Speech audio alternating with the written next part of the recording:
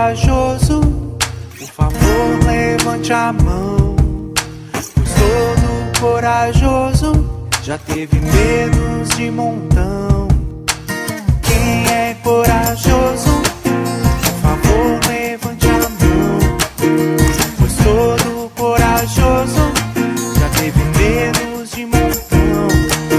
Eu já tive medo de fazer a prova, meu irmão já teve medo da escuridão. Muita gente tem medo de pesadelo, e quem teme sonho com bicho papão. Será que adulto também tem medo? Eu desconfio que tenha também. De barata, agulha e estar sozinho, saber se ficar ou seguir além. Mas o problema não é ter medo, eu sinto ele com coragem. Vou encarar mais confiante, independente da idade.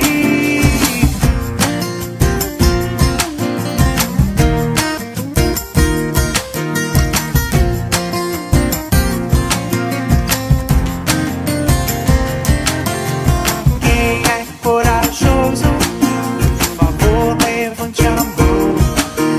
Pois todo corajoso já teve medo de montão. Mas o problema não é ter medo, eu sinto ele com coragem. Vou encarar mais confiante, independente da idade. Quem é corajoso, por favor, levante a mão. Outra canção que traz coragem, guardada no meu coração. No coração. Fecho os meus olhinhos, faço uma oração. Este é meu jeitinho de falar com Deus, com o coraçãozinho cheio de gratidão. Este é meu jeitinho de falar com Deus. Peço com carinho, paz e proteção. Este é meu jeitinho de falar com Deus. Lembro do irmãozinho em dor e aflição. Este é meu jeitinho de falar com Deus.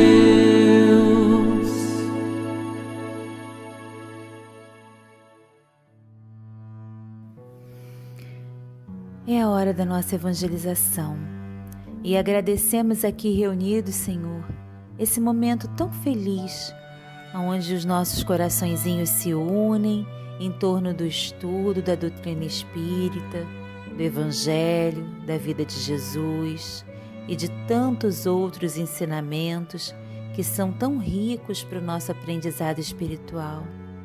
Obrigada, Senhor, pelo trabalho de evangelização, por esses mentores que nos acompanham e nos guiam sempre, pelos nossos anjos guardiões, pelas nossas famílias e por todas as bênçãos que temos recebido quando sintonizamos aqui nesse canal do Centro Espírita Miguel.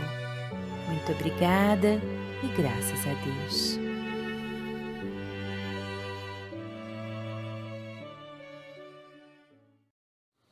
Oi, pessoal, galerinha do GEAL. Vamos conversar hoje sobre o capítulo 19 do Evangelho segundo o Espiritismo. A fé transporta as montanhas. A gente vai falar sobre o poder da fé. No Evangelho nos fala o seguinte: quando veio até o povo, um homem se aproximou dele, lançando-lhe de joelhos aos pés, e lhe disse: Senhor, tendes piedade do meu filho que está lunático e sofre muito, porque ele cai frequentemente no fogo e frequentemente na água. Eu o apresentei aos vossos discípulos, mas não puderam curá-lo. E Jesus respondeu dizendo: Ó raça incrédula e depravada, até quando estarei convosco? Até quando vos sofrereis? Traze-me aqui essa criança. E Jesus, tendo ameaçado o demônio, ele saiu da criança, que foi curada ao mesmo instante.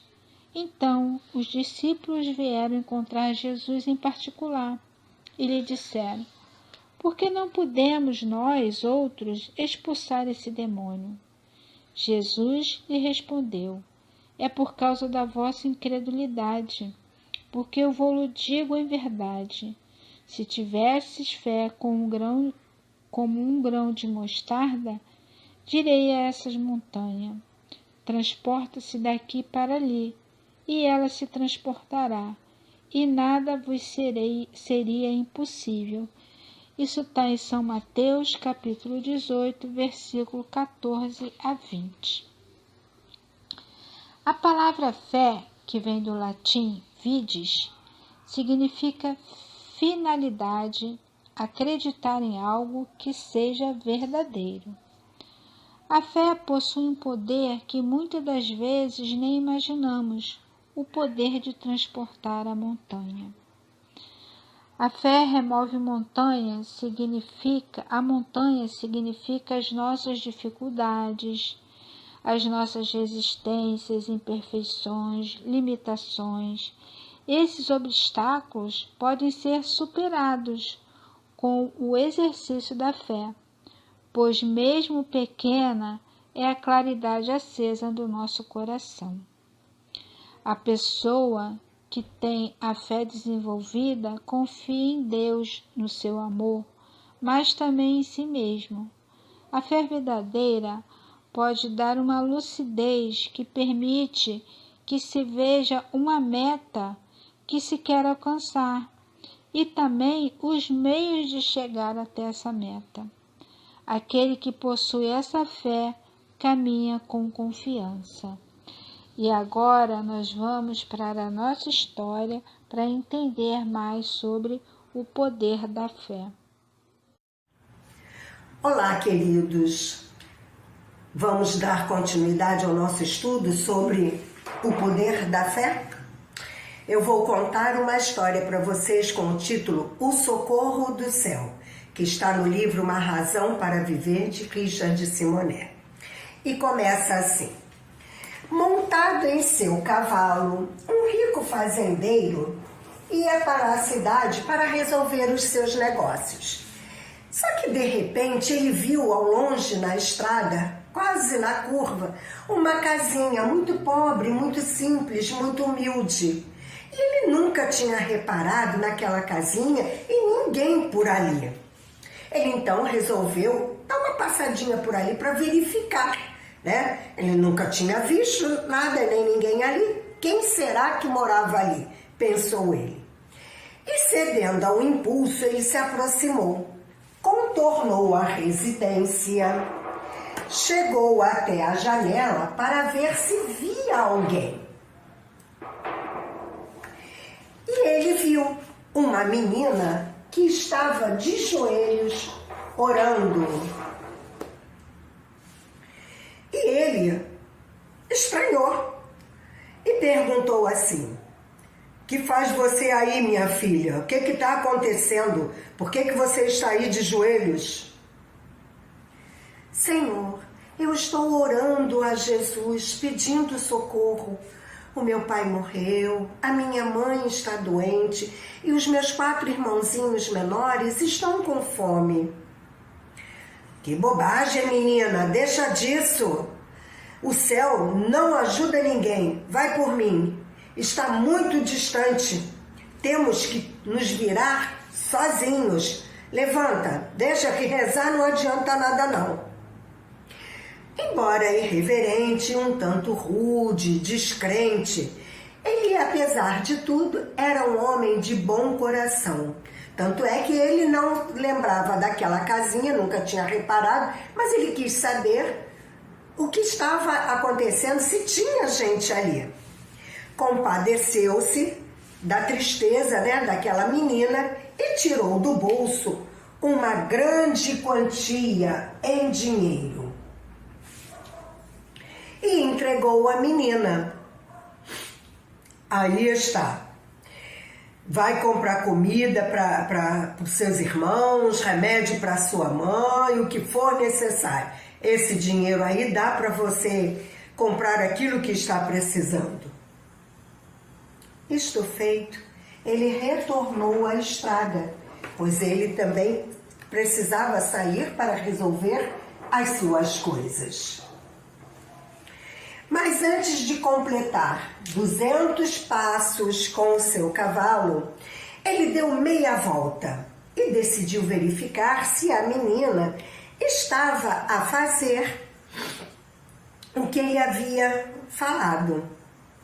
E chegando à casa,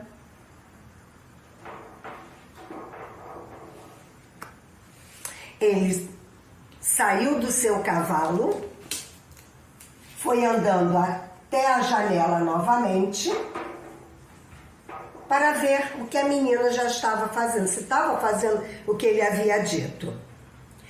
E ela ainda estava de joelhos.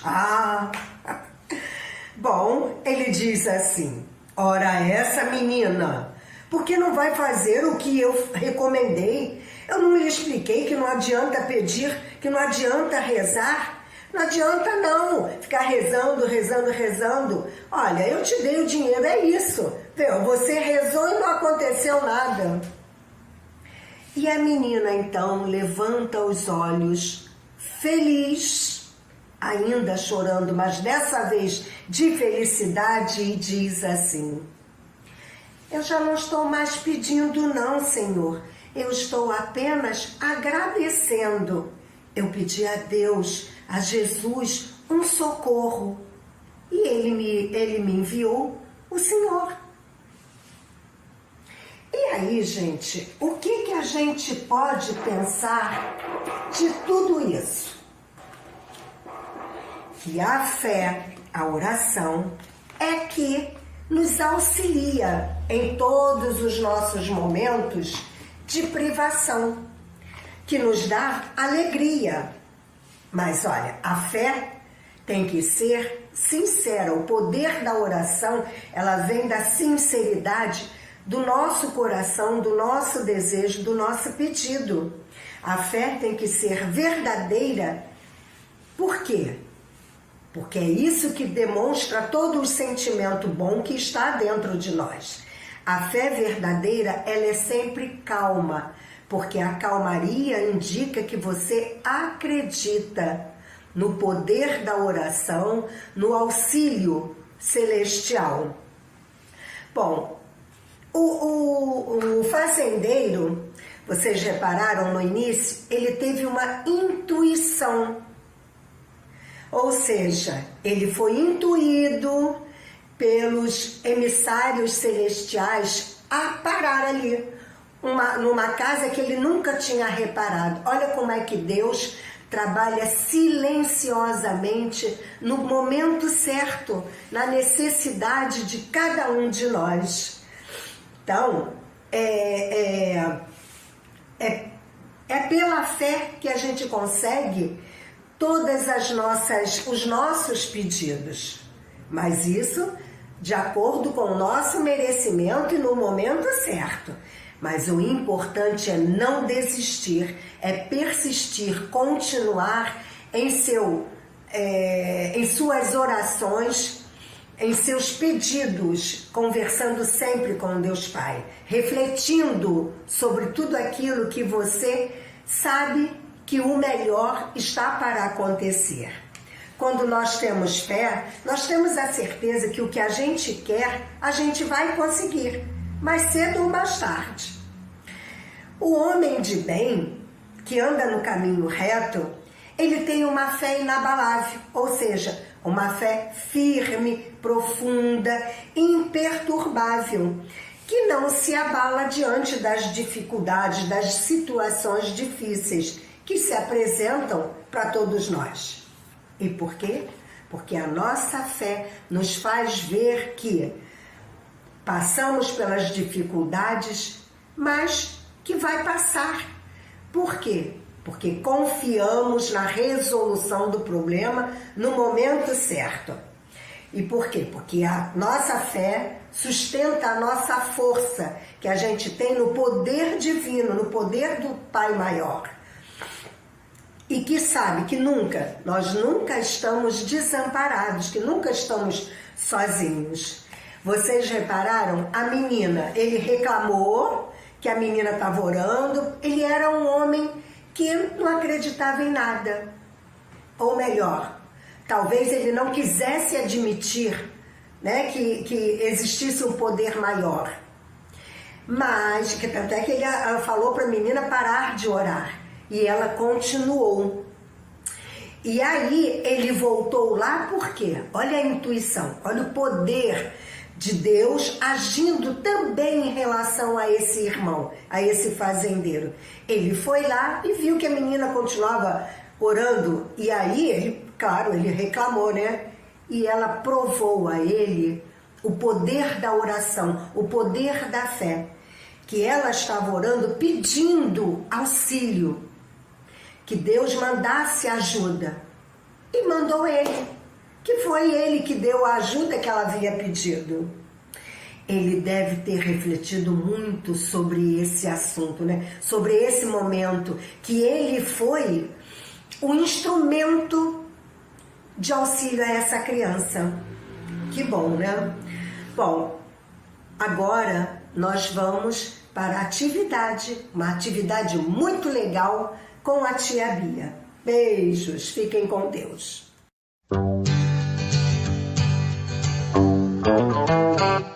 Dois sapos caíram num barril de leite, assim me contou meu tio. O lado do barril era alto e liso e o leite fundo e frio. De que adianta, disse o primeiro, não tem ninguém pra salvar a gente.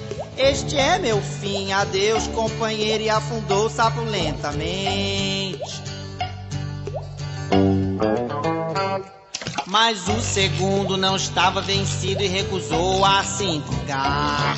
Bateu as pernas, fez marola e começou a nadar. Eu vou nadando aonde a vida, a esperança eu sei. Não vai mesmo melhorar o mundo se mais um sapo morrer. Quando afundando, não se entregue, vai melhorar. Quando afundando, não se entregue, você não tem que se afogar. Quando afundando, não se entregue, vai melhorar. Quando afundando, não se entregue, você não tem que se afogar. Por mais de hora ele se debateu, até que enfim ele disse, chega! Uai, olha só, vou sair daqui. Bati o leite até virar manteiga. Portanto, se seus problemas fazem você querer berrar, se lembre do sapinho que nadou no leite até manteiga ele virar. Quando afundando, não se entregue, vai melhorar. Quando afundando, não se entregue, você não tem que se afogar. Quando afundando, não se entregue, vai melhorar. Quando afundando, não se entregue, você não tem que se afogar. Você não tem que se afogar. Você não tem que se afogar. Olá, criançada do GEAL, tudo bem com vocês? Antes da gente começar a nossa atividade, vamos relembrar um pouquinho do vídeo? Bem legal, né? É a história de dois sapos que acabaram entrando num balde de leite. Eles estavam lá na fazenda, viram que tinha um balde de leite ali no curral e quiseram experimentar. E aí eles entraram no balde, ficaram com a barriga cheia de leite e não conseguiram sair depois. Um sapo desistiu de tanto tentar, de tanto se esforçar em sair, mas o outro não. Vocês lembram o que aconteceu com o outro sapo? Ele se remexeu tanto no balde que o leite virou manteiga. E aí sim ele conseguiu sair. O que esse vídeo quer dizer? O que vocês acham que esse sapo vem ensinar pra gente? A persistência e principalmente a fé nele mesmo. Ele não desistiu. Por mais dele estar cansado, ele continuou se esforçando e se esforçando até conseguir atingir o objetivo dele, que foi sair do balde. Então, quando a gente tiver uma dificuldade, que a gente não possa desistir, que a gente acredite que nós somos capazes de vencer, tendo fé em nós mesmos e tendo fé em Deus. Agora, para a gente relembrar sempre desse sapinho nas nossas vidas, vamos fazer um sapo. Vamos fazer esse sapo aqui, ó. Bonitinho? Gostaram? Vamos aprender como é que faz? Primeiro, vamos precisar, ó, de uma folha. Aqui a tia tá usando uma folha verde. Mas caso vocês não tenham, vocês podem usar uma folha em branco e pintar de verde também, tá bom? Ou até de uma outra cor, de um sapo rosa ou vermelho. Uma tesoura sem ponta, tá bom? Quando for usar a tesoura, tem que pedir ajuda dos pais, tá? Dos seus responsáveis. Cola, tá? Pra gente colar o nosso sapo. E canetinha pra gente fazer a boca e a linguinha e os olhos. Vamos começar? Tia vai virar aqui a câmera.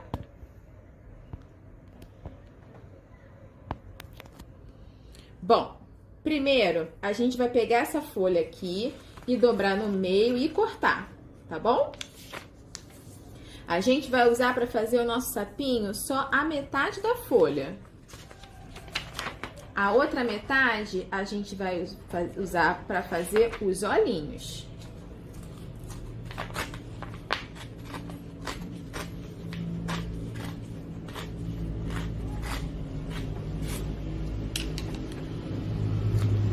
Gente, é só endireitar aqui.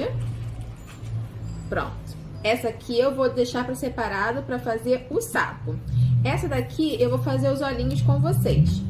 Pra gente fazer os olhinhos, para tirar a medida, a gente pode usar o nosso amigo dedão. Tia vai pegar uma caneta, mas pode ser um lápis, tá? Tô usando uma caneta só para vocês visualizarem melhor. Vou botar o meu dedão aqui e vou, ó, contornar o meu dedão.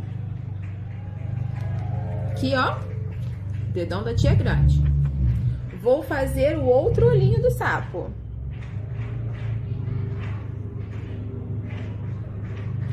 Pronto, ó. 2 dedões. Agora eu vou cortar, tá bom? Que vai ser o meu olhinho. O olhinho do nosso sapo. A gente pode também fazer cílios, caso a gente queira fazer uma sapa, um sapo fêmea. Ó, cortando aqui rapidinho pra gente já ir pro sapo. Agora, do outro lado, eu posso desenhar, vou dobrar, tá? Pra eu conseguir ter espaço pra colar, então ficou assim. E vou desenhar aqui o meu olhinho. O olhinho do meu sapo.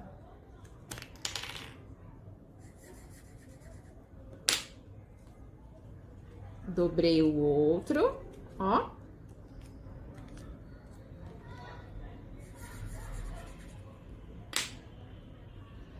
Pronto.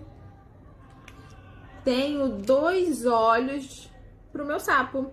Agora vamos fazer o sapo. Deixando aqui separadinho. Com essa tira aqui de papel, eu vou fazer 2 cortes, 2 fitas, mas eu não vou cortar até o final. Eu vou parar mais ou menos até aqui, tá? Ó, vou pegar aqui, cortar uma tira e vou mais ou menos quase até o final da folha. Aqui. Depois eu vou fazer a outra tira.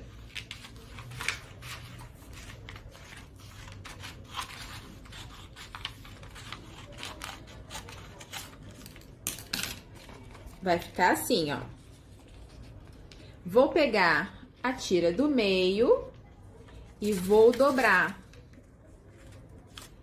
até ficar um pedacinho pra fora. Ó. Agora eu vou colar. Só dar um pontinho de cola aqui atrás.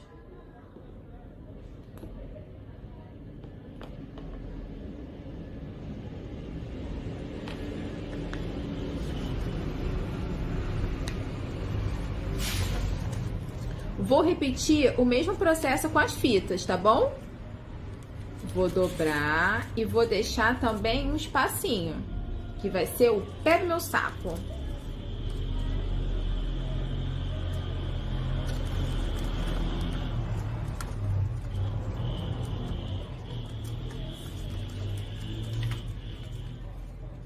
Viram? Agora eu vou fazer com o último.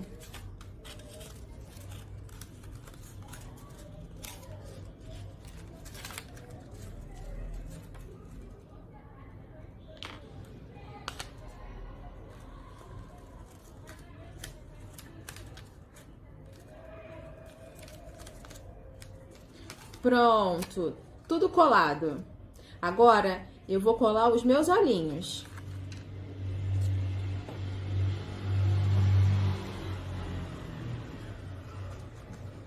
Bem no alto do sapo, na cabeça.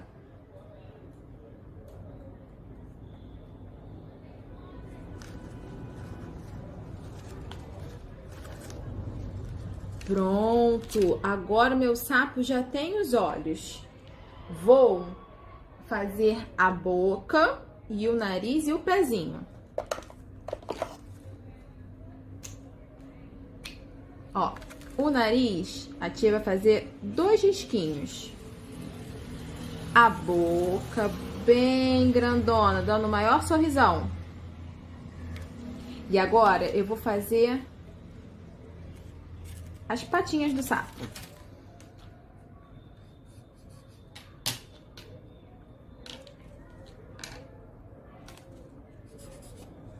Quatro perninhas.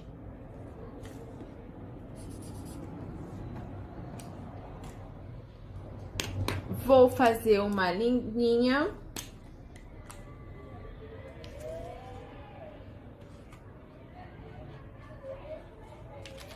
E ó, pronto. Terminei aqui o meu sapo. Quando vocês fizerem o sapo de vocês, coloquem lá no Padlet pra gente ver. Vamos ficar muito felizes de ver muitos sapos aí na casa de vocês, tá bom?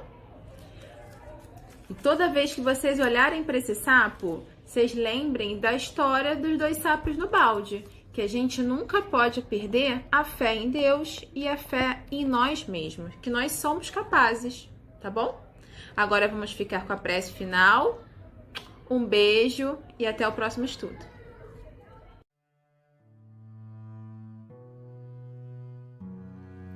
Chegamos ao final do nosso estudo com um coraçãozinho cheio de gratidão, agradecidos a Deus, a Jesus, por esses momentos de compreensão e paz de espírito.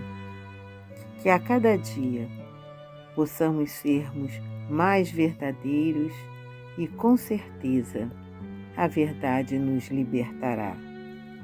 Que assim seja, graças a Deus, graças a Jesus.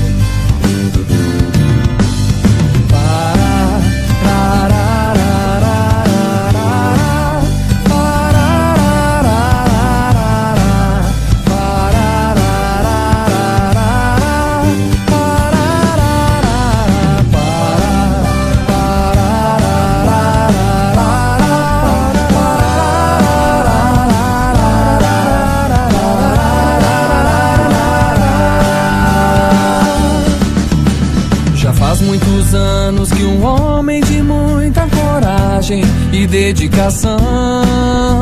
Legou para a humanidade uma grande doutrina à luz da razão.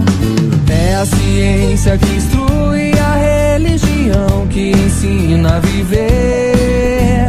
A filosofia é o farol que ilumina o caminho do bem proceder. Cai o véu do mistério do sobrenatural, pois nós somos guiados pela fé racional. Cai o véu do mistério do sobrenatural, pois nós somos guiados pela fé racional. Basta ter olhos pra ver e também ter ouvidos pra poder escutar. Entender que a caridade é a única forma de se libertar. A vida não se encerra com a morte, diz o Consolador que Jesus prometeu. A reencarnação é a prova mais forte da misericórdia de Deus. Tenha fé e esperança pra vencer as barreiras, diz o Espiritismo. Cristo é nossa bandeira.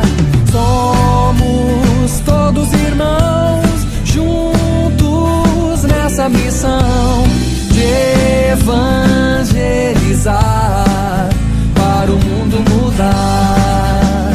Tenha fé e esperança pra vencer as barreiras, diz o Espiritismo. Cristo é nossa bandeira. Somos todos irmãos, juntos nessa missão de evangelizar para o mundo mudar. Chegaremos lá, vamos acreditar.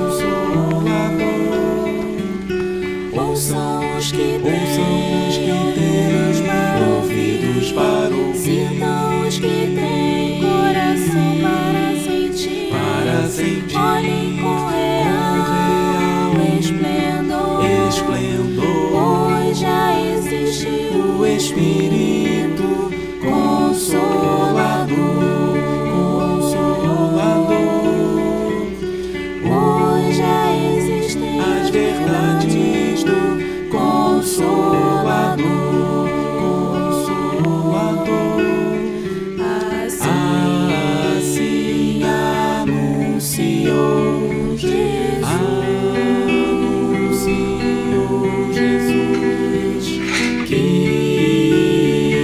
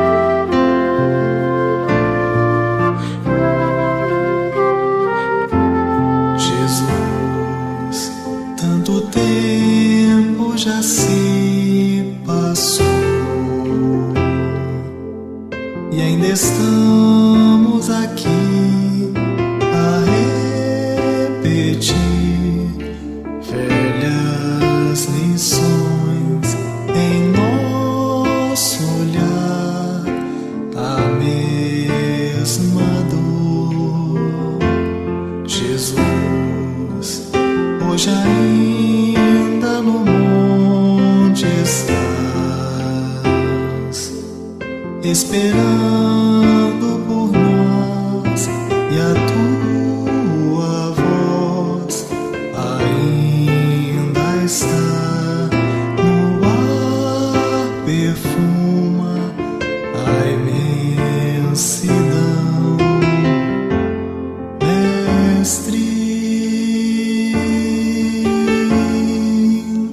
divino.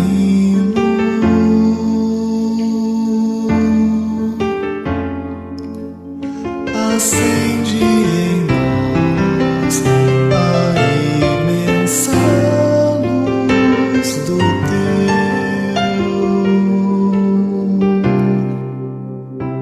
sublime amor.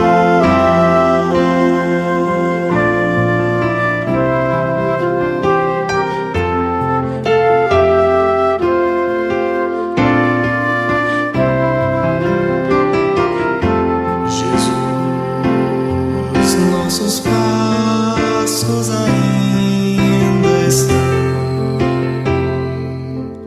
2000 anos atrás, ainda não sabemos onde ir, o que fazer de ti, Mestre divino.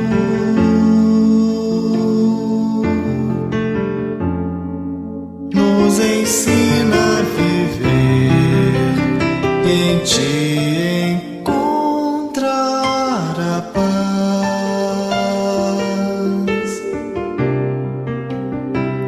eterna paz.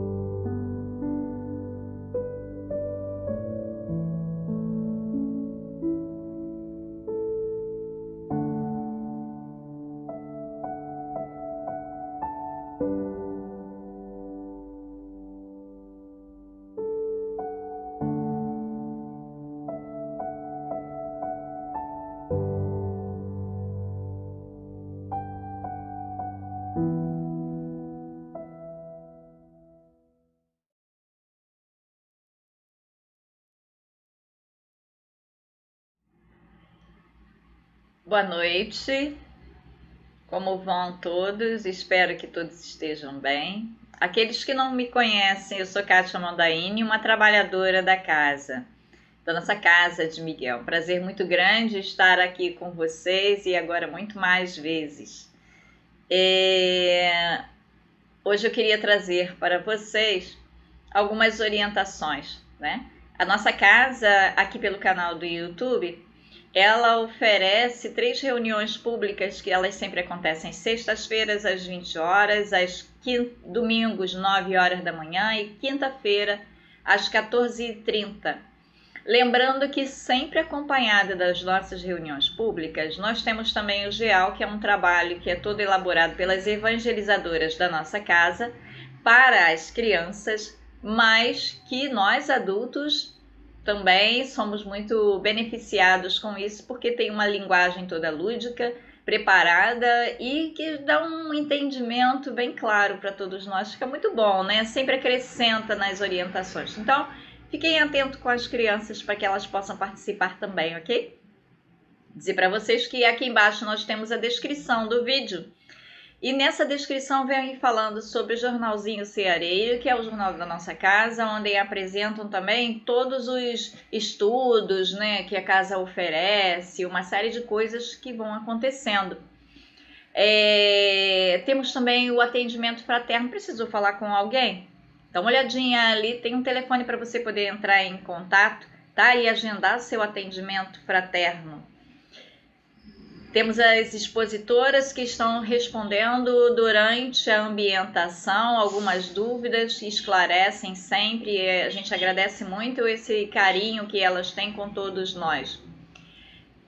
Dizer para vocês que hoje nós teremos a página inicial através da nossa querida jovem Clara, que vem trazendo uma reflexão muito interessante para todos nós. A prece inicial é através do companheiro Renato, também, para já nos ir harmonizando, né? Depois dessa ambientação todinha que nós tivemos agora, Renato vem trazer também a prece inicial para nós. E a nossa reflexão de hoje, que vocês vão perceber que é um pouquinho diferente das anteriores. Agora nós teremos apenas um tema, mas um tema mais amplo a ser refletido. E quem vai nos trazer é a companheira Maeli. Ela vem falar das 3 revelações. E esse tema a gente encontra no Evangelho segundo o Espiritismo, lá no capítulo 1. Vocês podem também estar acompanhando. Então é um tema que vai nos auxiliar muito para poder entender bem, né, sobre essas reflexões e que mudaram, essas revelações, perdão, e que mudaram muito em nossas vidas. Sejam muito bem-vindos, é um prazer estar aqui, que Jesus invada os nossos lares, trazendo muita paz, muito amor, e que essas reflexões nos auxiliem bastante na nossa conduta diária. Paz e bem para todos nós. Graças a Deus. Dá o joinha lá, tá? O like é importante para todos. Fiquem com Deus.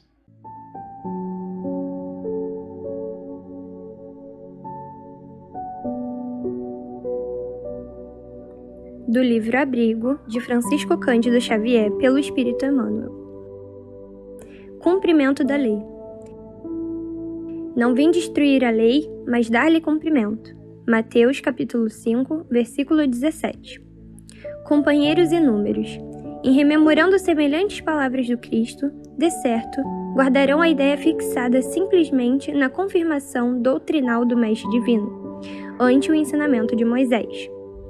A lição, todavia, é a mais profunda. Sem dúvida, para consolidar a excelência da lei mosaica do ponto de vista da opinião, Jesus poderia invocar a ciência e a filosofia, a religião e a história, a política e a ética social, mobilizando a cultura de seu tempo para grafar novos tratados de revelação superior, empunhando o buril da razão ou o azorrague da crítica para chamar os contemporâneos ao cumprimento dos próprios deveres, mas compreendendo que o amor rege a justiça na criação universal, preferiu testemunhar a lei vigente, plasmando-lhe a grandeza e a exatidão no próprio ser, através da ação renovadora com que marcou a própria rota, na expansão da própria luz. É por isso que, da manjedoura simples à cruz da morte, vemo-lo no serviço infatigável do bem, empregando a compaixão genuína por ingrediente inalienável da própria mensagem transformadora. Fosse subtraindo a Madalena à fúria dos preconceitos de sua época para soerguê-la à dignidade feminina, ou, desculpando Simão Pedro, o amigo timorato que abdicava da lealdade à última hora, fosse esquecendo o gesto impensado de Judas, o discípulo enganado, ou buscando Saulo de Tarso, o adversário confesso, para induzir-lhe a sinceridade a mais amplo e seguro aproveitamento da vida. E é ainda aí, fundamentado nesse programa de ação-predicação, com o serviço ao próximo valorizando-lhe o verbo revelador que a doutrina espírita, sem molhar a palavra no fel do pessimismo ou da rebeldia, satisfará corretamente aos princípios estabelecidos, dando de si, sem cogitar do próprio interesse, transformando a caridade em mera obrigação, para que a justiça não se faça arrogância entre os homens, e elegendo no sacrifício individual, pelo bem comum, a norma de felicidade legítima para solucionar na melhoria de cada um de nós, o problema de regeneração da humanidade inteira.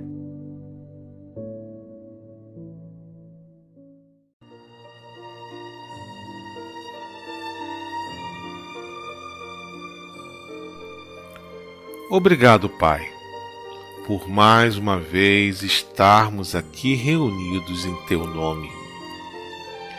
Que possamos abrir os nossos corações e deixar que as boas vibrações da noite de hoje nos envolvam. Que os amigos espirituais que aqui se encontram nos auxiliem no entendimento do que for falado e envolvam todos os que estão responsáveis pela reunião. Que as nossas necessidades possam ser esclarecidas e que tudo possa transcorrer na mais perfeita harmonia e que todos os trabalhos a serem realizados nesta noite possam alcançar os seus objetivos. Mais uma vez, obrigado, Pai, e lhe pedimos a licença para dar como iniciada a reunião da noite de hoje.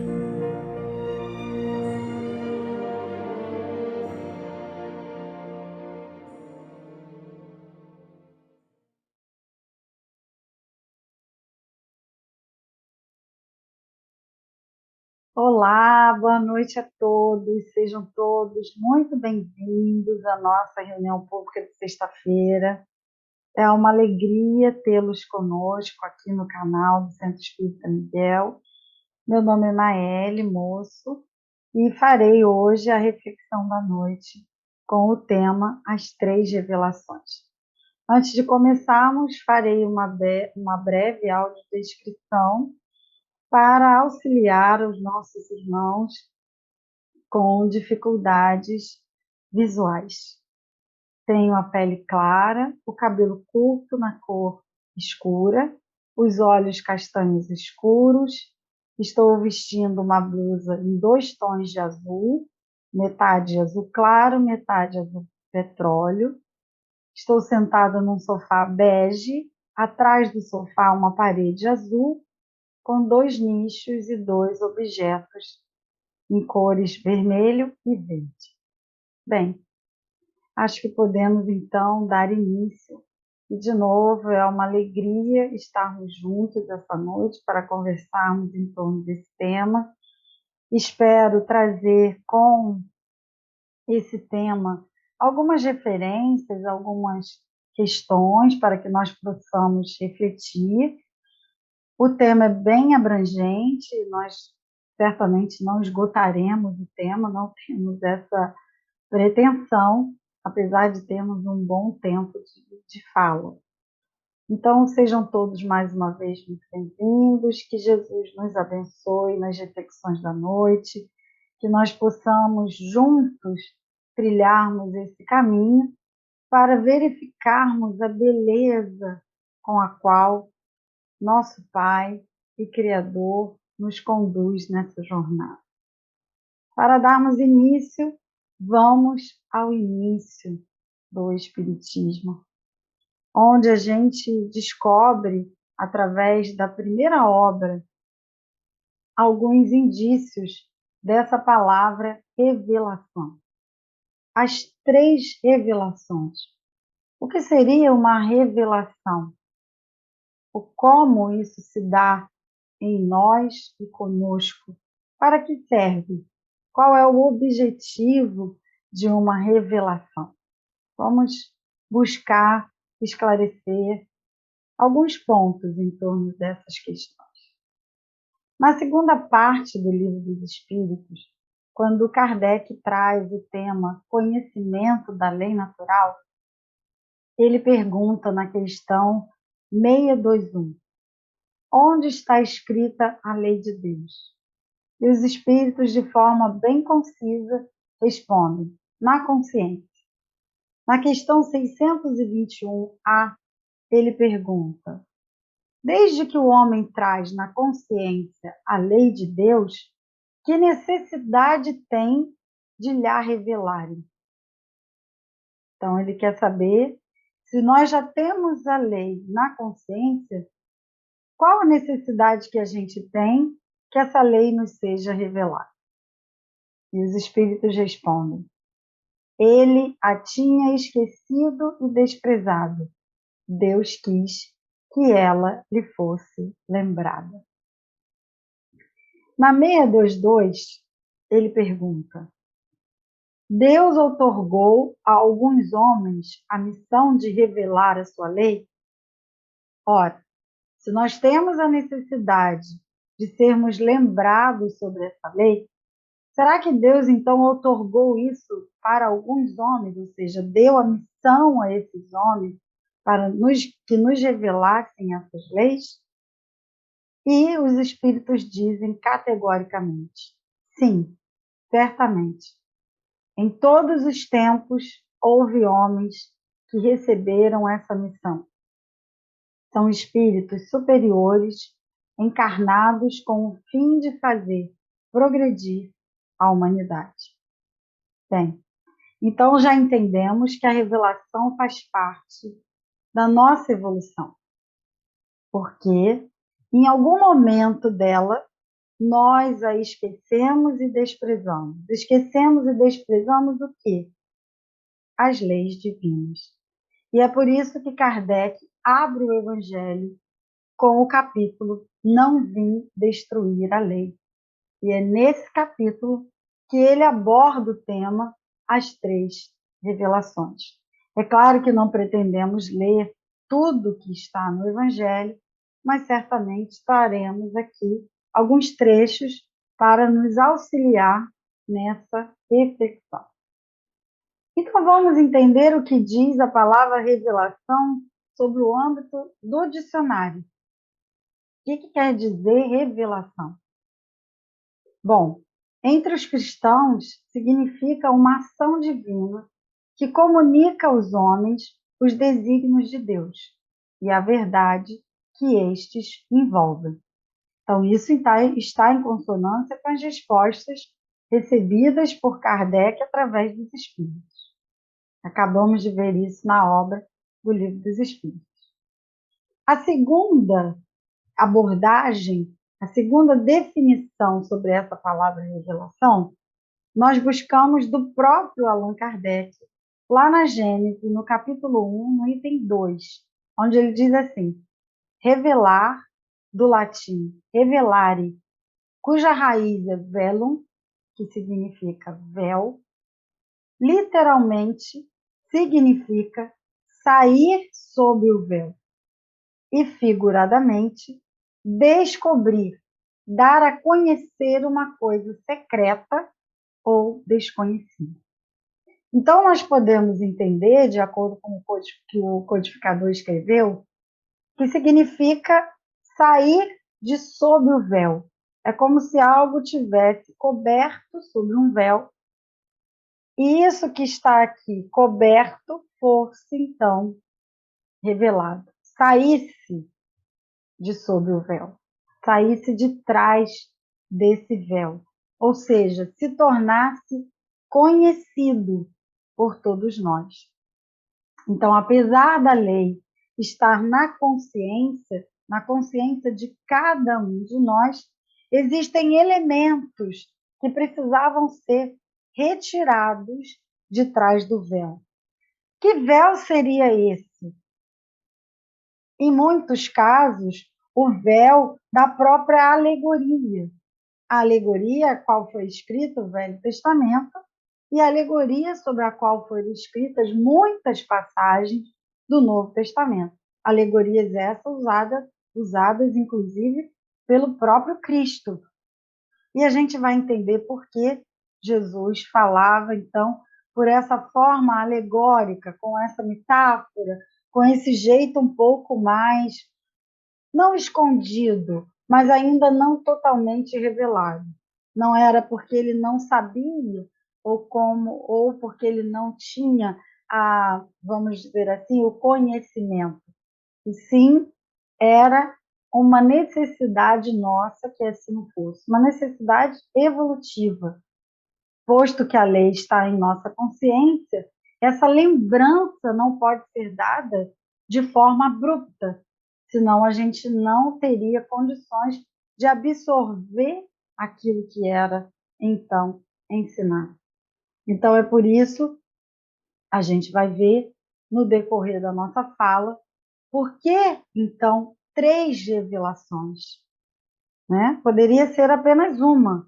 Por que necessárias 3 etapas para que nós tivéssemos, então, esse conjunto de revelação? Então, do ponto de vista de tirar do véu, o codificador continua dizendo: todas as ciências que nos fazem conhecer os mistérios da natureza são revelações. E se pode dizer que há para a humanidade uma revelação incessante. Então, o que ele quer dizer com isso? Que cada vez que a ciência toma partido, por exemplo, de um planeta, de um orbe que a gente não tinha conhecimento, de uma forma nova de olhar o universo, de entender a vida, a nossa vida cotidiana, isso é uma revelação. E por isso as revelações se dão de forma incessante se nós formos olhar sob esse ponto de vista, né? No sentido especial da fé religiosa, a revelação se diz mais particularmente das coisas espirituais que o homem não pode descobrir por meio da inteligência, nem com o auxílio dos sentidos. Nesse caso, a revelação é sempre feita a homens predispostos, designados sob o nome de profetas ou messias, isto é, enviados ou missionários incumbidos de transmiti-las aos homens. Isso também está na Gênesis, capítulo 1, lá no item 7. Então, ele chegou no ponto onde nós começamos a nossa fala, que é quando ele diz que a revelação, então, se dá para homens predispostos e designados sob o nome de profetas ou messias, quando se trata de quê? De uma revelação espiritual. Coisas que nós não conseguiríamos descobrir por meio nem da nossa inteligência e nem dos nossos sentidos. Então, lá no Livro dos Espíritos, os Espíritos já nos disseram exatamente isso. E aqui ele faz, então, um fechamento desse assunto, visto que a Gênese é a última obra da codificação kardeciana. Então, nós percebemos esse entendimento, e é aí que entra as 3 personagens dessa história chamada 3 revelações. A primeira revelação vinda com Moisés, a segunda revelação vinda com Jesus e a terceira revelação vinda através da codificação de Allan Kardec, mas oriunda dos espíritos. Então, sobre esse aspecto, Emmanuel vai dizer o seguinte lá no livro Consolador, na questão 271. Ele vai dizer que a humanidade da era cristã recebeu a revelação divina em 3 aspectos essenciais. Moisés trouxe a missão da justiça, o Evangelho, a revelação insuperável do amor, e o Espiritismo, a sublime tarefa da verdade. Então, temos aqui 3 medidas: a justiça, o amor e a verdade. Então, são 3 revelações, cada uma com os seus aspectos essenciais. Moisés trazendo a justiça através dos 10 mandamentos, através da existência do Deus único, do Deus soberano, do Deus que orienta todas as coisas. E através dessa revelação, ele promulga essa lei no Monte Sinai através dos 10 mandamentos. Traz, então, as bases da verdadeira fé, como está no Evangelho segundo o Espiritismo, quando Kardec diz: esta lei é de todos os tempos e de todos os países, e tem, por isso mesmo, um caráter divino. Todas as demais são leis estabelecidas por Moisés, obrigado a manter pelo temor um povo que naturalmente era turbulento e indisciplinado, no qual tinha que combater alguns abusos arraigados e preconceitos adquiridos durante a servidão no Egito. Todos nós sabemos que aquele povo ficou escravo durante muitos anos e após a libertação desse povo do Egito, é que então surge a revelação. Então Moisés revelou aos homens a existência do Deus único, soberano e orientador de todas as coisas. E através dos 10 mandamentos, ele funda as bases da verdadeira fé. Coube a esse profeta trazer para nós essa primeira revelação. Esse homem do povo, esse homem que recebeu essa missão e a cumpriu. E a ele também é atribuído a autoria da Torá. A Torá, para quem nunca ouviu falar, é composta por 5 livros que são considerados ensinamentos. A Torá significa ensinamentos, tá? Essa é a verdadeira tradução, segundo Haroldo Dutra diz, para esse tema, que é a Torá. Então, nós vemos aqui a justiça imperando nessa primeira revelação. Justiça essa que é simbolizada, hoje a gente vê, né, o símbolo da justiça, uma mulher vendada, e a gente até brinca, isso é porque a justiça é cega. Não. A venda diz respeito da sua imparcialidade. A justiça verdadeira, ela é imparcial, por isso ela é vendada, por isso ela traz a venda, porque ela não vê com os olhos, ela vê antes dos olhos e com a imparcialidade que a justiça deve ter. Então é bom também para a gente entender um pouco dessas personagens que até hoje a gente fala, né? Justiça, a gente fala de amor, a gente fala de verdade, e é bom para que a gente ressignifique esses símbolos na nossa cultura, com base nas revelações que são, como Kardec falou, para todos os tempos, de todos os países. Por quê? Porque pertence à humanidade. Não está restrita a um povo, a um lugar, a uma cultura. Não. As 3 revelações pertencem à humanidade. Humanidade. Bem, depois de Moisés, quem veio até nós em pessoa é o nosso guia e modelo espiritual.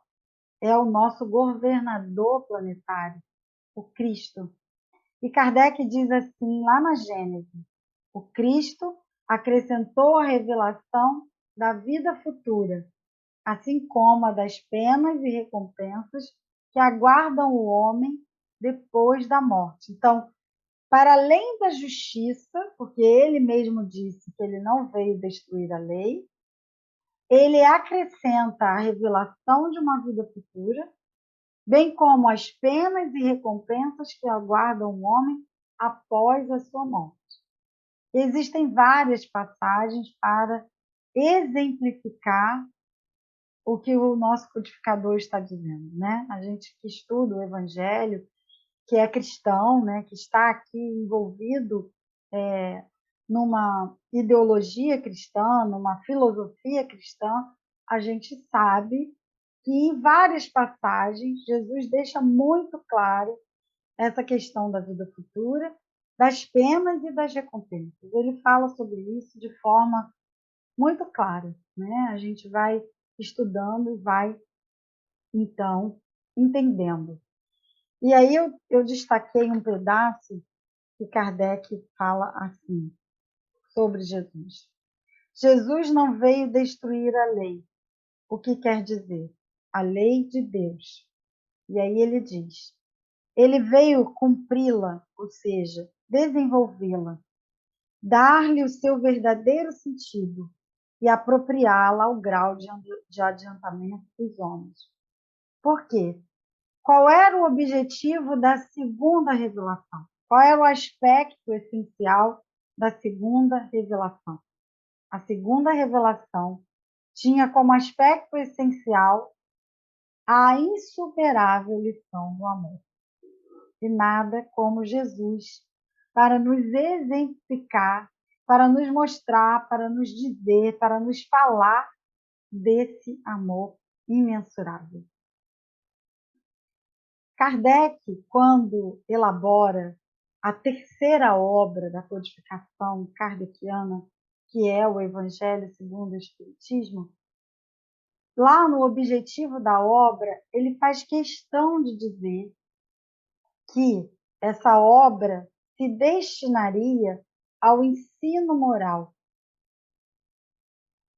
Então, todos os cultos poderiam encontrar nesse lugar a bandeira sobre a qual todos poderiam abrigar-se, por mais diferentes que fossem as crenças.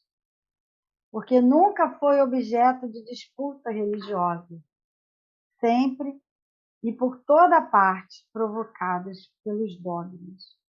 Então, quando ele traz o Evangelho segundo o Espiritismo, algumas pessoas falam, então é o Evangelho do Espírita.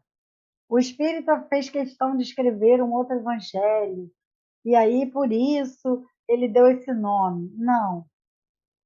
Esse nome foi dado com um único objetivo. Kardec havia trazido um outro nome.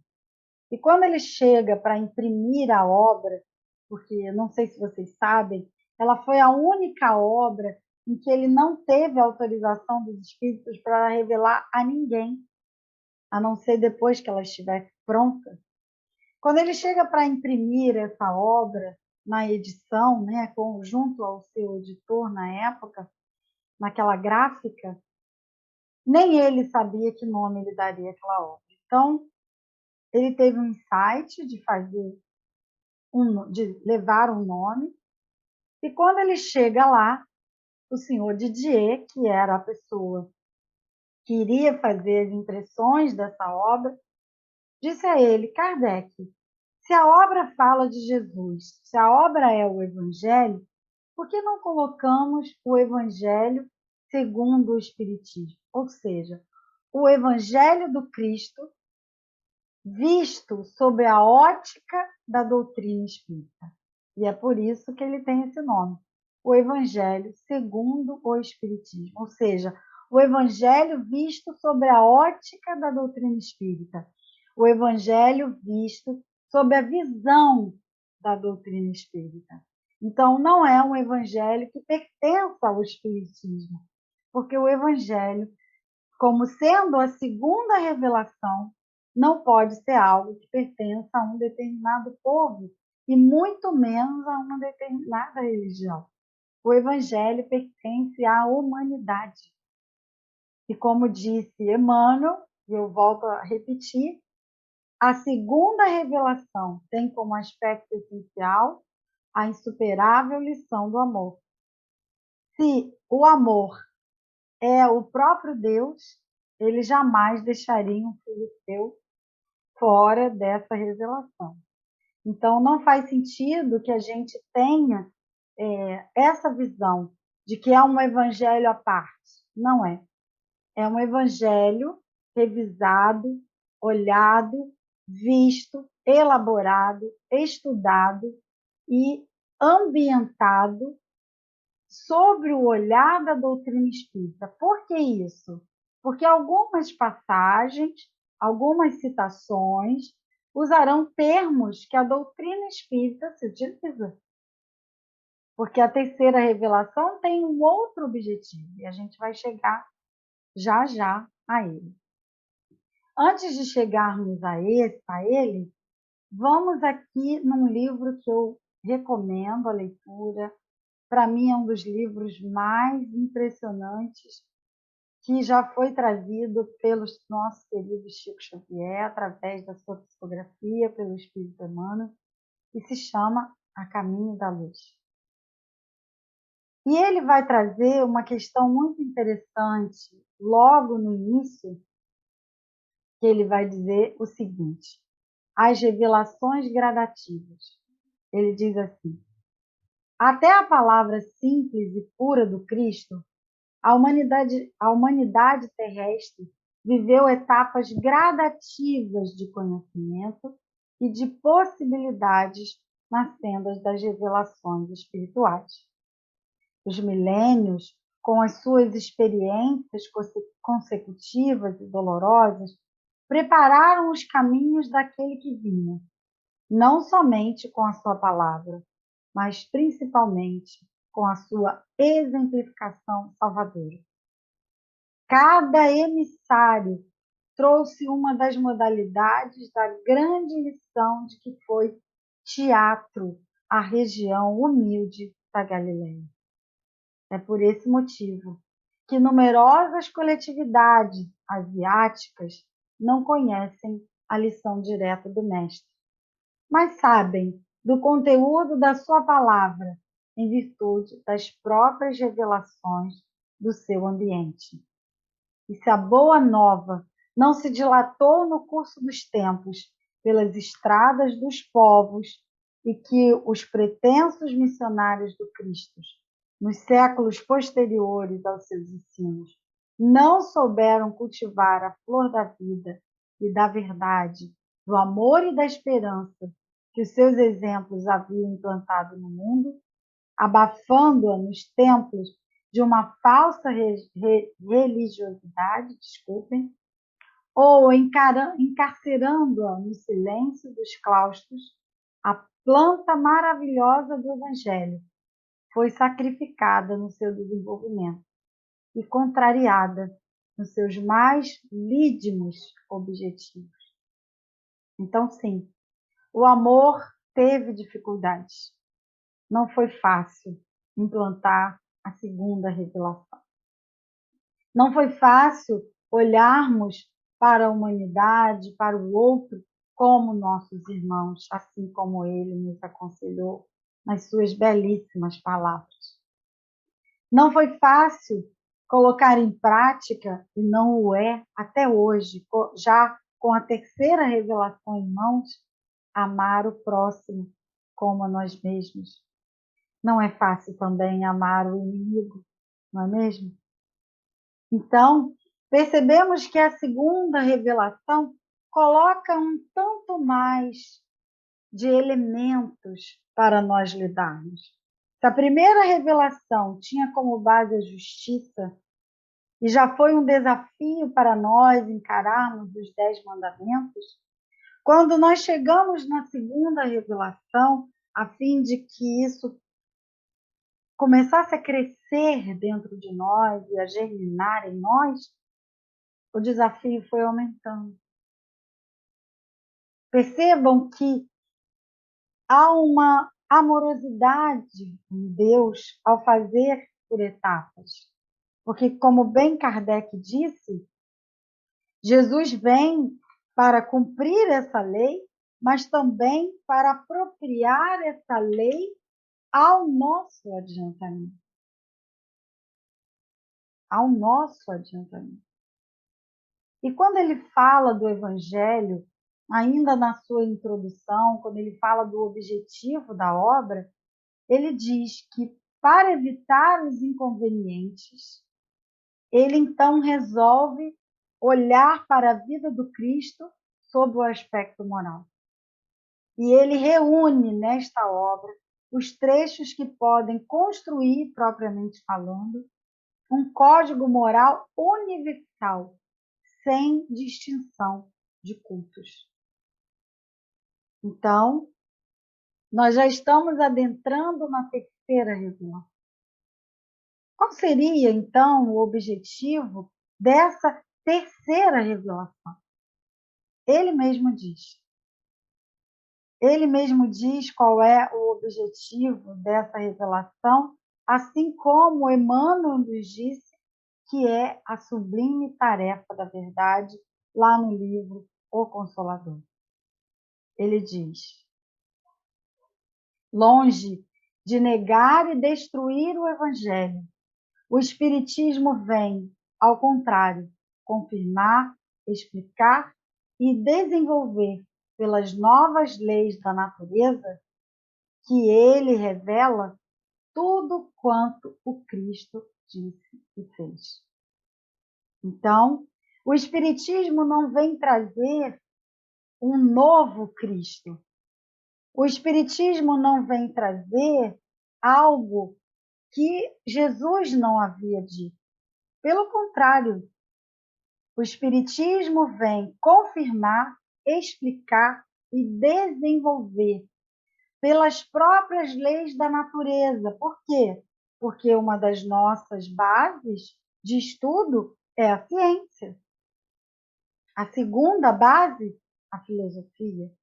E a terceira, a religiosidade, a religião.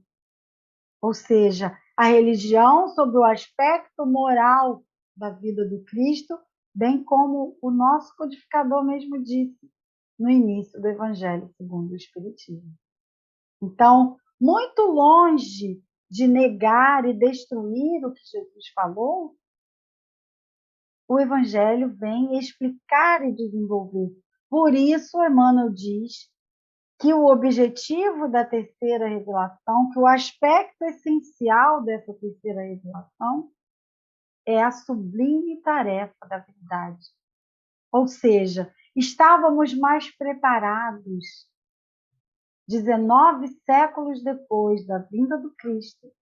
Estávamos mais prontos para receber uma nova medida, um novo entendimento.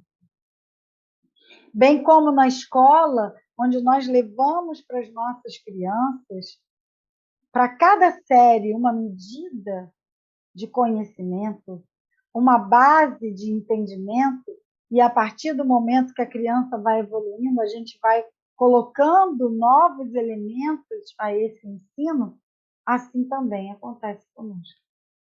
Porque o pai é educador. É um professor em sua excelência. Por isso, o único título que Jesus aceita, dentre os tantos que aquele povo deu, é de mestre. E não é por acaso, com certeza, que Kardec foi eleito para, então, codificar, reunir todos esses ensinamentos que os espíritos trouxeram através dos múltiplos lugares, dos múltiplos médios que foram utilizados, a doutrina dos espíritos. Um professor de Lyon, um professor dedicado, um professor que sabia da sua missão junto à sua comunidade e que, portanto, foi escolhido para então materializar tudo aquilo que a espiritualidade iria trazer através da mediunidade, para que nós, como humanidade, tivéssemos acesso. Então, no centro das 3 revelações encontra-se Jesus, como o fundamento de toda a luz, de toda a sabedoria. E Emmanuel diz mais.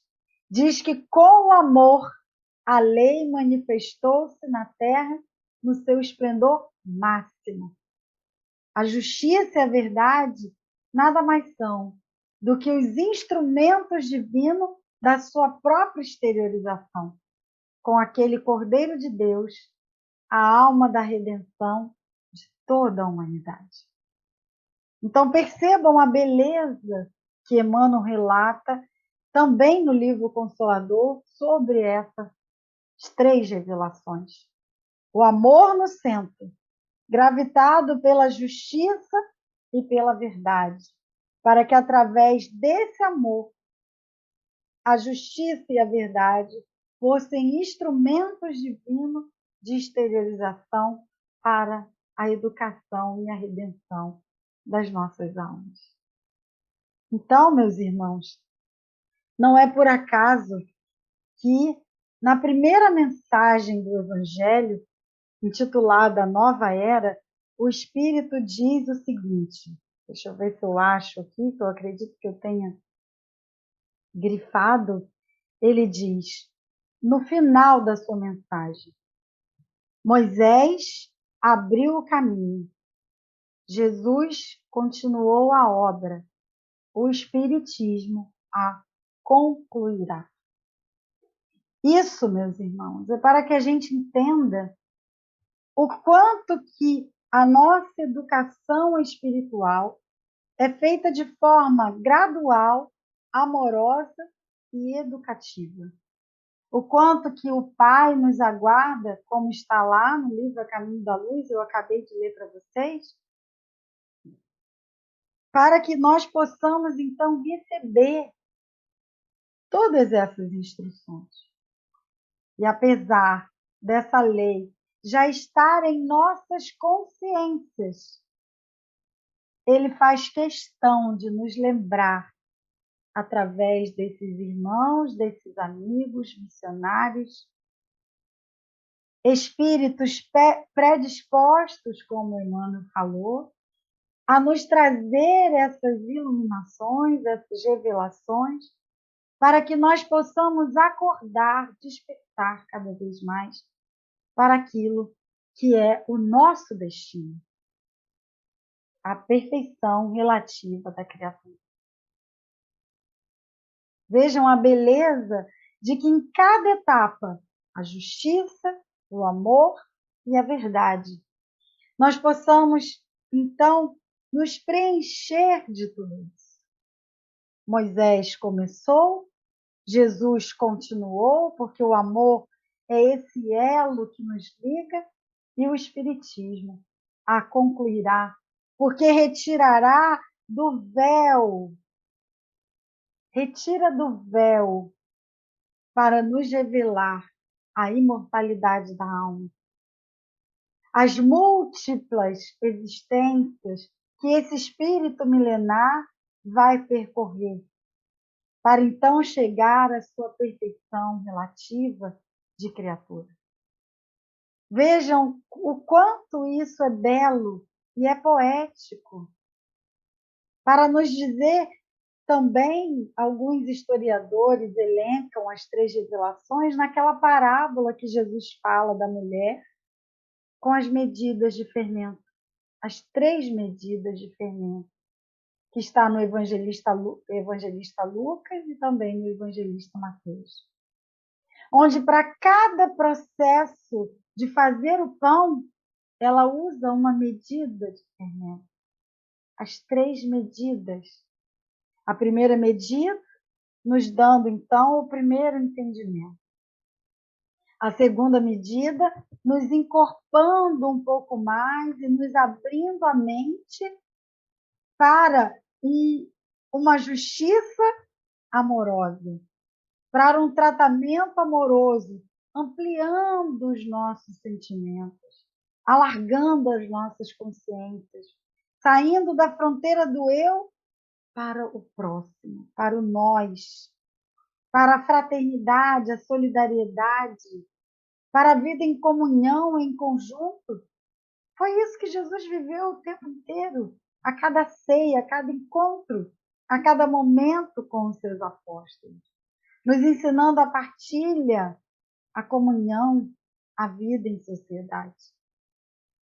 E a terceira medida, já que o pão agora necessitava de um pouco mais de fermento para que ele, então, vá para o forno e fique pronto. A terceira medida, trazendo, então, a revelação, tirando do véu algumas alegorias, algumas expressões, algumas situações que o Mestre nos trouxe que a gente não entendeu, e nos revelando tantas outras que comentamos ainda há pouco. Então, que possamos, meus irmãos, não menosprezar nenhuma dessas revelações, porque cada uma delas faz parte do nosso processo de evolução e de adiantamento. Se retirarmos Moisés, não conseguimos trazer a mensagem integral do Mestre. Faltará. Se tirarmos Jesus, também não conseguiremos apenas com a justiça e com a verdade. Porque para termos o Espiritismo em nossas mãos, precisávamos antes da justiça e do amor, para que então, com o coração mais amplo, mais aberto, nós pudéssemos entender a continuidade da vida, a continuidade das existências, porque teremos muitas, a pluralidade dos mundos habitados e tantas outras revelações que os espíritos nos trazem cotidianamente. Que possamos, então, meus queridos, abrir os nossos corações. De posse dessas 3 revelações, estamos, sim, ancorados e amparados para realizarmos a transição planetária que estamos efetuando nesse momento. Todos nós sabemos que estamos em transição planetária. E por isso, muitas questões estamos vivendo na carne. É fato. Faz parte também dessa medida de fermento, a fim de que esse pão cresça, para que nós possamos abarcar cada vez mais um maior número de seres, porque a revelação é para a humanidade. Não é para mim, não é para você, porque Deus não pertence só a mim e nem a você. É da humanidade. Que Jesus, então, possa nos abençoar, que nós possamos entender que esse momento é um momento crucial, onde o pão já se encontra bastante levedado, para então entrar nesse forno, que é o forno que estamos passando. É esse momento de transmutação. Aquela massa crua, então, vai se transformar num alimento. E aqui é claro que Jesus utilizou esse símbolo para nos falar da vida espiritual. É esse pão espiritual que estamos agora fabricando para que todos nós possamos cear juntos nessa nova era. Fiquem com Deus, que Jesus os abençoe. Espero ter trazido um pouco das reflexões para que fiquem aí reverberando nas suas mentes, nos seus corações, e também ter trazido um pouco de conhecimento, de consolo, enfim, de partilha, nesses breves momentos em que estivemos juntos. Que Jesus os abençoe. Fiquem todos com Deus. Uma boa noite.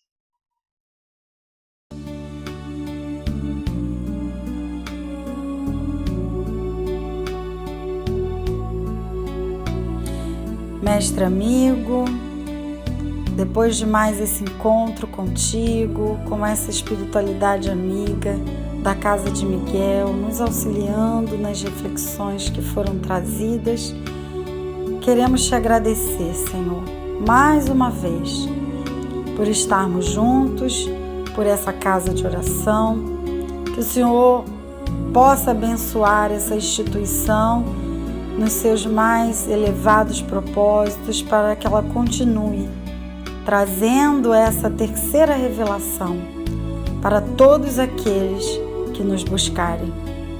Porque, na verdade, nós descobrimos nessa noite que a terceira revelação reúne todas as outras duas. E por isso, ela é esse bálsamo de consolo, de amor, de amparo e de claridades novas. É o Espírito imortal, que é, então, o seu grande objetivo, trazendo a verdade, trazendo o entendimento, trazendo a compreensão de que somos muito mais do que aquilo que imaginávamos. E por isso, Senhor, te agradecemos imensamente a essa grande oportunidade que temos de ter acesso a essa revelação e de podermos ter uma casa de oração para colocarmos em prática tudo aquilo que a espiritualidade amiga, regida pelo seu mais misericordioso amor, trouxe para nós através do nosso codificador Allan Kardec. Que a tua paz e o teu amor fique conosco e que possamos encarar diariamente a nossa vida com essas revelações sucessivas que a cada dia recebemos através da noite de sono, através do amanhecer, das oportunidades que temos de trabalho, dos encontros amorosos com aqueles que amamos, enfim, Senhor. São muitas as oportunidades que o amor divino se faz presente em nossas vidas. Que possamos valorizar cada coisa, inclusive o nosso corpo, para que ele seja cada vez mais bem utilizado por nós, a fim de alcançarmos todo o propósito dessa experiência, dessa reencarnação.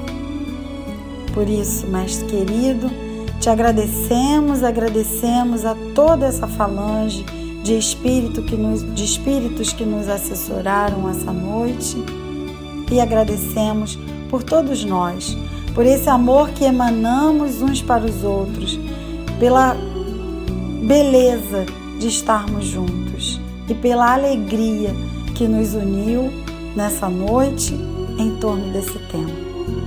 Que o nosso coração possa cada vez mais se nutrir de amor e que assim possamos florescer para um mundo melhor.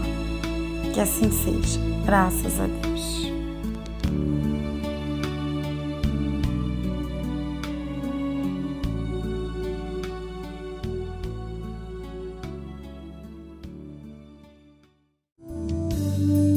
Obrigado, Senhor, por tanta paz.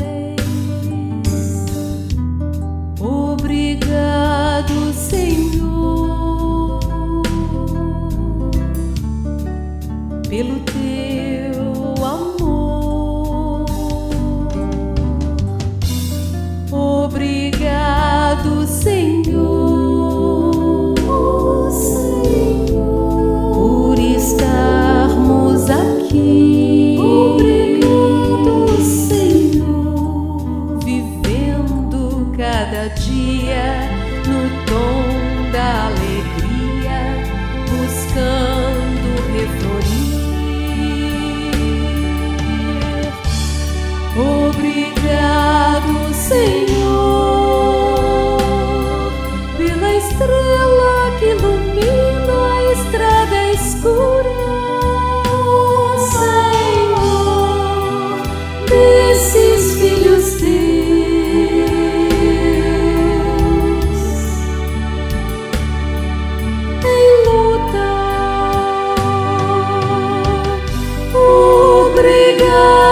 Senhor, pela chuva que dos olhos cai, Senhor, orgulho de esperança, trazendo confiança e paz. Obrigado, Senhor, oh Senhor, por tanta paz. Obrigado, Senhor, obrigado, Senhor, pelo teu amor e muito mais. Obrigado, Senhor, por estarmos aqui. Obrigado, Senhor, vivendo cada dia no tom da alegria, buscando reflorir. Obrigado, Senhor, pela estrela que ilumina a estrada escura desses filhos teus